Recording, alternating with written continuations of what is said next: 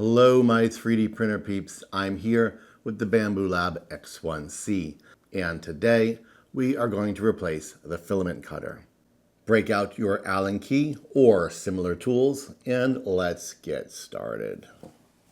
Before working with the tool head or hot end, it's a good idea to retract the filament.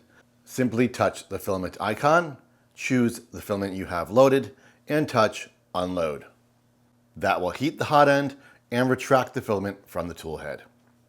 It's likely there is still filament in your nozzle. That's okay, you may proceed. Be careful when removing the tool head. Unlike the P1 series, the connector for this tool head is on the inside of the cover, not the circuit board. The tool head is magnetic. Simply pull it forward. You may rest the tool head on the bars. Your X1C cutter is right here. To access it, we need to move this arm out of the way. We will do that by loosening this grub screw right here. Take your time, only move it enough so that it no longer catches on the housing, and the cutter handle will pull away from the tool head. This will expose the cutter. With the cutter exposed, simply pinch it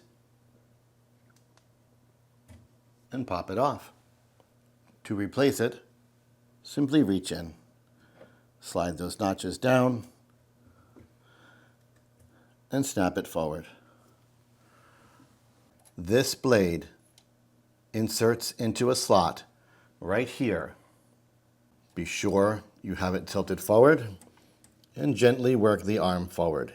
If it catches, this grub has worked its way forward a touch. Loosen the grub some more.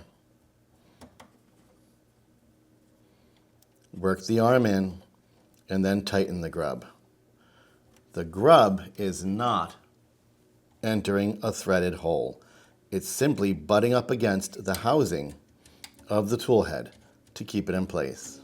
Once it stays put, tighten it a touch more, and you've replaced your filament cutter. And replace the tool head by using the magnets to click it into place.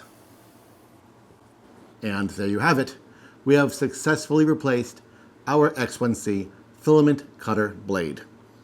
I'm Mr. Greg, this is the X1C, and you're on 3D Rundown.